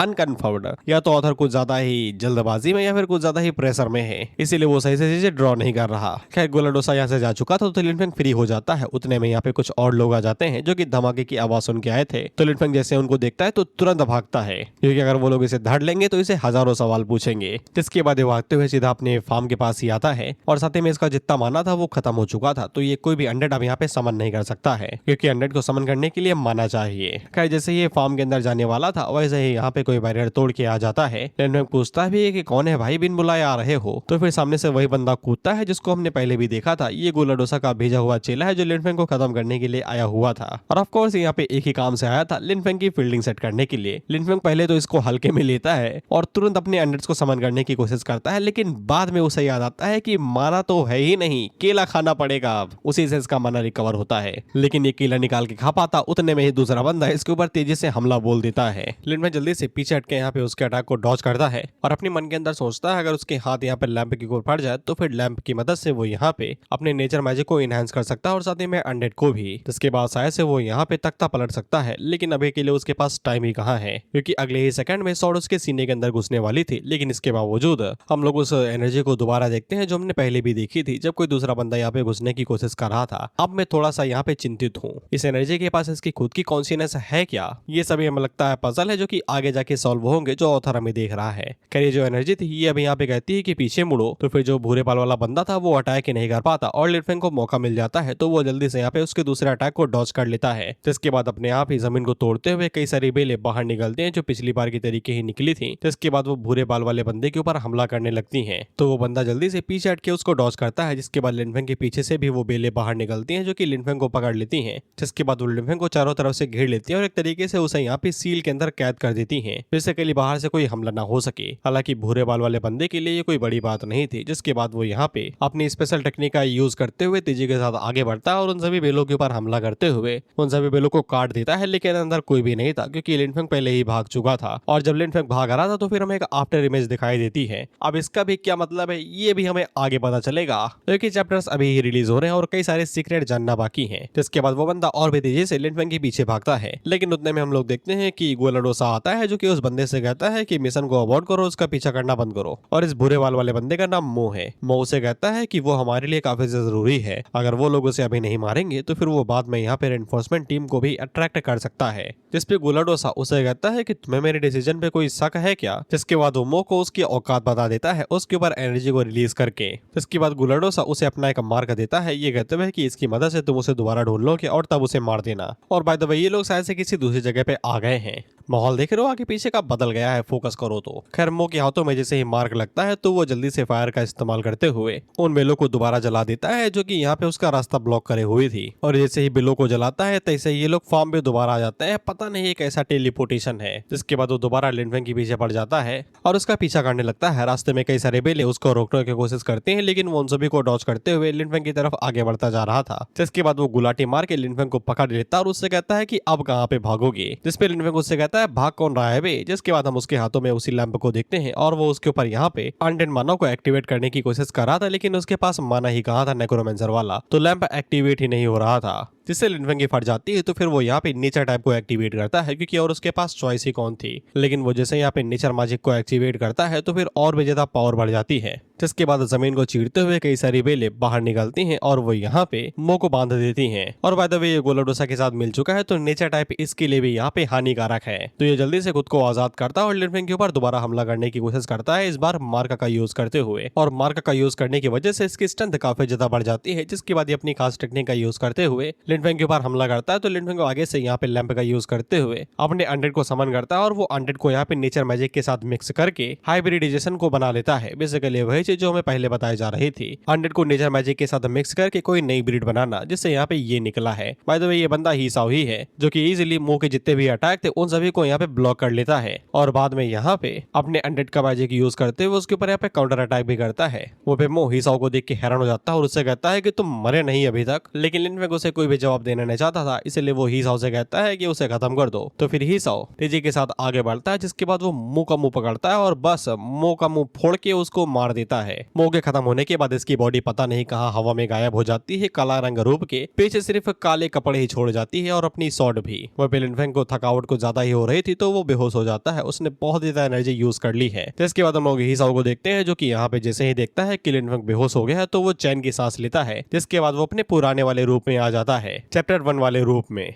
जिसके बाद ये भी गायब हो जाता है। आगे तुम्हें और भी सरप्राइज मिलेंगे। जिसके बाद यहाँ से सीन कट होके पता नहीं कहीं दूर आ जाता है, जहाँ पे हम लोग कई सारे रॉयल गार्ड्स को देखते हैं जो कि एक बोगी को यहाँ पे सिक्योरिटी प्रोवाइड कर रहे थे। और उस बोगी के अंदर हम लोग कुछ लोगों को देखते हैं। पहला तो ये लाल बालों वाला है और जिसके बाद ये दड़ियल है। और जब ये लोग यहाँ से गुजर रहे थे तब इन लोगों को यहाँ पे नेचर मैजिक महसूस होता है, जो कि ये लिंग फार्म के अंदर से ही आ रहा था। ये लोग भी इस ऑरा को महसूस करके बहुत ज्यादा हैरान हो जाते हैं, क्योंकि ये काफी ज्यादा हाई लेवल का नेचर मैजिक था। इसके बाद गार्ड आके यहाँ पे फार्म की सारी सिचुएशन के बारे में बताता है। तो फिर हम लोग देखते हैं कि इनके साथ जो दाढ़ी वाला बंदा था, और मैं आगे पढ़ाया हूँ तो मैं तुम्हें बता दूं कि ये दाढ़ी वाला बंदा यहाँ पे सनविल एकेडमी का नेचर डिपार्टमेंट का कोई हेड है, एक तरीके से टीचर ही है। खैर इसके बाद ये आगे बढ़ता है और आगे से हमें पता चलता है कि ये लोग जब इस प्योर नेचर मैजिक को देखते हैं तो काफी ज्यादा हैरान हो जाते हैं। इन लोगों को ये लगता है कि जिस किसी अंदर से भी ये ऑरा निकला है वो काफी ज्यादा पावरफुल बंदा होगा, लेकिन ऐसा कोई पावर हाउस ऐसी जगह पे थोड़ी न रह सकता है, क्योंकि इतना ज्यादा पावर होने के बाद में कोई भी यहाँ पे सनविल एकेडमी का डीन बन सकता है। वहाँ पे एक बंदा आगे से जगह को चेक करके बताता है कि शायद से यहाँ पे कोई बैटल हुआ होगा जो कि डीमन क्लैन के खिलाफ में होगा। इसके बाद टीचर को यहाँ पे लिनफेंग भी मिल जाता है और साथ ही में नेचर लैम्प भी। और टीचर को ये भी पता चल जाता है कि यहाँ पे लिनफेंग इसी वजह से बेहोश है क्योंकि फोर्सफुली उसे एक्टिवेट किया गया है, जो कि ब्लैक लैश की वजह से हुआ है। कर इसके बाद वो जल्दी से यहाँ पे लिनफेंग को ठीक करने की कोशिश करते हैं और दादा तुहार हाथ गलत जगह पाबा वो कता नहीं ऊपर कराबा। खैर इसके बाद हम लोग लिनफेंग को उसी की बॉडी के अंदर देखते हैं, जहाँ पे जब वो अपनी एक साइड पे देखता है तो फिर उसे यहाँ पे उसका नेचुरल टैलेंट, बेसिकली उसकी खुद की पावर नेचर वाली दिखाई देती है। जिसके बाद जब वो साइड में देखता है तो फिर उसको यहाँ पे भाड़े पे ली गई नेक्रोमेंसर पावर दिखाई देती है। और तभी अचानक से वो नेक्रोमेंसर पावर यहाँ पे लिनफेंग के ऊपर हावी होती है और लात मार के उसे दूर फेंक देती है, जिसपे लिनफेंग काफी ज्यादा हैरान हो जाता है क्योंकि आज तक ऐसा कभी भी नहीं हुआ। जिससे लिनफेंग को समझ में आ जाता है कि नेक्रोमेंसर वाली पावर कभी भी पूरी तरीके से उसके कंट्रोल के अंदर थी ही नहीं। जिसके बाद देखते ही देखते नेक्रोमेंसर की पावर के अंदर से यहाँ पे पहले फ्लश का एक टुकड़ा बनता है, जिसके बाद उसके अंदर से स्ट्रक्चर बनता है और वहां से ही साओ बाहर निकलता है। लिनफेंग उसे देख के पूछता है कि तुम मरते क्यों नहीं हो भाई, कब तक जिंदा रहोगे, मर नहीं गए थे क्या? जिसपे ही साओ आगे से बताता है कि वो मारा गया था, लेकिन वो लिनफेंग को शुक्रिया कहता है क्योंकि उसकी बदौलत ही उसे यहाँ पे मौत का असली मतलब समझ में आया है। खैर लिनफेंग वो मतलब हमें नहीं बताता, नहीं तो हमें भी पता चल जाएगा ना। अभी के लिए वो डायरेक्ट लिनफेंग के ऊपर हमला करता है, तो लिनफेंग अब भाग भी नहीं सकता है अपनी ही बॉडी के अंदर जो है, इसलिए यहाँ पे ही साओ उसे पकड़ लेता है और ही साओ उसको बताता है कि जैसे ही वो यहाँ पे उसको मार देगा तो फिर यहाँ पे लिनफेंग की जो बॉडी है वो ही साओ की हो जाएगी, जिसके बाद वो यहाँ पे दोबारा रीबॉर्न होगा। लेकिन उतने में यहाँ पे पीछे से और भी ज्यादा आवाज आने लगती है। बेसिकली वहाँ पे जो टीचर था वो लिनफेंग को जगाने की कोशिश कर रहा है, तो उसकी बॉडी यहाँ पे नेचुरल तरीके से जागने की कोशिश कर रही है, इसीलिए वो लिनफेंग को लेने के लिए आई हुई है। जिसके बाद नेचर मैजिक वाली एक बिल बाहर निकलती है जो डायरेक्ट ही साओ के ऊपर हमला करती है, जिससे ही साओ दूर जाके गिरता है और लिनफेंग भी उसके हाथों से आजाद हो जाता है। और ही साओ को भी समझ में आ जाता है कि ये नेचर टाइप पावर है, जिसके बाद यहाँ पे उन दोनों के बीच में बाउंड्री बन जाती है। बेसिकली लिनफेंग अपनी साइड के अंदर चला जाता है और ही साओ अपनी साइड के अंदर। लिनफेंग अपनी नेचर टाइप पावर की साइड पे जाता है और वहीं पे ही साओ अपनी नेक्रोमेंसर वाली टाइप पे। ये बेसिकली सुकुना वाला कॉन्सेप्ट है। अब वैसे ही साओ सुकुना की तरीके बैडस और स्ट्रॉन्ग नहीं है, नहीं तो वो लिनफेंग के ऊपर तब भी हमला कर सकता जब लिनफेंग सो रहा होता है, लेकिन तब वो नहीं कर पाता क्योंकि कंडीशन मैच नहीं करती। कंडीशंस क्या है वो मैं तुम्हें नहीं बताऊंगा, मुझे ही नहीं पता है बे। खैर लिनफेंग को होश आ गया था तो उसे यहाँ पे चैन की सांस आती है, लेकिन उसे ये समझ में आ जाता है कि ही साओ अभी तक तो कुछ भी नहीं कर सकता है क्योंकि चीजें उसके कंट्रोल में नहीं है, लेकिन वो हमेशा से अनडेड मैजिक के अंदर छुपा हुआ था और वही सबसे बड़ा खतरा है। अगर दोबारा वो कभी ऐसी सिचुएशन के अंदर आता है तो शायद से वो दोबारा जिंदा न बच पाए। कई टीचर तो यहाँ से जा रहा था ये कहते हुए कि मैंने इसको ठीक कर दिया है, बस माना ड्राफ्ट की वजह से ये बेहोश हो गया था, कुछ ही देर के अंदर इसे होश आ जाएगा। लेकिन उतने में ही दूसरा बंदा आगे से बताता है टीचर वो जाग चुका है, और दूसरा बंदा आगे से बताता है कि उसने आसपास के एरिया को चेक किया और यहाँ पे सच में एक डीमन के साथ बैटल हुई थी, जो एक हाई लेवल का डीमन था, 20 लेवल से ऊपर होगा उसका। इसलिए टीचर यहीं पे रुक जाता है और लिनफेंग से थोड़ी सी पूछताछ करने के बारे में पूछता है। वो लोगों से पूछते हैं कि तुमने एक डीमन क्लैन के मेंबर को मारा है कि तुम्हें कैसा फील हो रहा है। हालांकि लिनफेंग कोई भी सवाल नहीं देता, वो लोगों के बारे में घंटा कुछ नहीं जानता। मैंने जो तुम्हें इतना बताया लिनफेंग को उतना कुछ भी नहीं पता है, तो वो चुप रहने का ही फैसला करता है। लिनफेंग के चेहरे को देख के टीचर को समझ में आ जाता है कि ये चिंतित है, तो वो उसे कहते हैं कि धीरज रखो, और अपने मन के अंदर सोचते हैं कि इसका नेचर टाइप मैजिक कुछ ज्यादा ही प्योर है। और उन्हें पता चल जाता है कि ये वही बंदा है जिसके बारे में वेरा ने बताया था। इसके बाद वो लिनफेंग की आईडी और उसके कपड़ों देख के समझ जाते हैं कि ये सनविल एकेडमी का ही स्टूडेंट है। जिसके बाद वो अपना कार्ड बाहर निकाल के लिनफेंग को बताते हैं कि मैं तुम्हारी एकेडमी का डीन डिपार्टमेंट हूँ, नेचर डिपार्टमेंट का डीन, तो मुझे टीचर बुला सकते हो। तो फिर लिनफेंग आगे बढ़ के यहाँ पे टीचर को ग्रीट करता है। जिसके बाद हम लोग देखते हैं कि यहाँ पे लाल बालों वाला बंदा भी आ जाता है, जो कि यहाँ पे टीचर को उसके नाम से बुलाता है शेमोर। शेमोर उसको बताता है कि सच में यहाँ पे डीमन क्लैन की तरफ से इन्वेजन हुआ था, लेकिन लिनफेंग ने उसे हरा दिया है। इस क्वेश्चन के सबसे पहले इसके चेहरे का रंग बिगड़ता निकलता है और मुझे इस पे शक आ गया है कि ये भी साला डिमंस के साथ मिला हुआ है। खैर वो आगे बढ़ के यहाँ पे लिनफेंग की तारीफ करता है कि तुम हीरो के हीरो हो। इसके बाद वो पीछे मुड़ के शॉट की तरफ देखता है तो उसे समझ में आ जाता है कि यहाँ पे कौन निपटा दिया गया। हालांकि इसने बोला भी दो तरह के तरीके से है कि समझ में ना आए कुछ। तभी सेमोर उसे बाहर निकाल के पूछता है कि क्या हुआ, क्या देख रहे हो। और इस लाल बालू वालों का नाम काउंट है। काउंट आगे से कहता है कि वो बस इसी बारे में सोच रहा था कि वो लोग फ्रंट लाइन पे यहाँ पे डिमंस के साथ लड़ते रहते हैं ताकि यहाँ पे कोई भी दिक्कत ना हो, लेकिन उन लोगों ने कभी सोचा भी नहीं था कि डिमन क्लैन इस तरीके से उन लोगों को झका दे के यहाँ पे आ जाएगा। इस पे सेमोर आगे से कहता है कि यहाँ का मामला खत्म हो चुका है, हम लोगों को एकेडमी पहले वापस चलना चाहिए। जिसके बाद वो जाते हुए यहाँ पे अपने साथी से कहता है कि इसको भी लेते आना, हमें प्रिंसिपल को इस बारे में अच्छे से एक्सप्लेन करना पड़ेगा। जिसके बाद अगला सीन डायरेक्ट प्रिंसिपल ऑफिस का होता है। प्रिंसिपल इन लोगों से कहता है कि उसको इस मैटर के बारे में पहले से ही पता है, तो वो लोग स्कूल मैनेजमेंट को थोड़ा सा और स्ट्रॉन्ग कर देंगे और साथ ही में वो लोग यहाँ पे एक स्पेशल टीम को भी रवाना कर देंगे ताकि वो लोग पेट्रोलिंग को और भी ज्यादा स्ट्रॉन्ग बना सके। लेकिन सैमोर आगे बढ़ता है जो कि यहाँ पे प्रिंसिपल का कॉलर पकड़ लेता है और उससे कहता है कि जब मौत सामने आती है तब तुम कांपते हो, तू लोटा लेके खेत मत्ता भगवेबा जब तुम्हार पैंट पहले ही गीली हो जाई। यही बोलते हैं। जिसके बाद उसकी मुंडी हिलाते हुए कहते हैं कि किस तरीके के प्रिंसिपल हो, तुम्हारी नाक के नीचे तक सब कुछ हो रहा है और तुम्हें कुछ पता ही नहीं है। वो भी लिनफेंग अपनी आंखें बंद कर लेता है क्योंकि इतनी बेइज्जती कोई किसी की नहीं करता। अतः कि प्रिंसिपल भी ओल्ड जी से कहता है कि थोड़ी तो इज्जत रख लो भाई, सामने स्टूडेंट खड़ा है उसके सामने ही बेइज्जती कर दोगे क्या। जिसके बाद ओल्ड जी यहाँ पे प्रिंसिपल से कहता है कि तुम्हें वुल्फ कल्चर काफी ज्यादा पसंद है, इसीलिए तुम स्टूडेंट्स को ऐसे ही खुला छोड़ देते हो, लेकिन अच्छी बात यह है कि तुम्हारे एक स्टूडेंट ने डीमन क्लैन के मेंबर को मार दिया है। जिस पे प्रिंसिपल भी काफी ज्यादा हैरान होता है क्योंकि उसको अभी पता चला कि लिनफेंग ने यहाँ पे डीमन क्लैन के एक मेंबर को मारा है,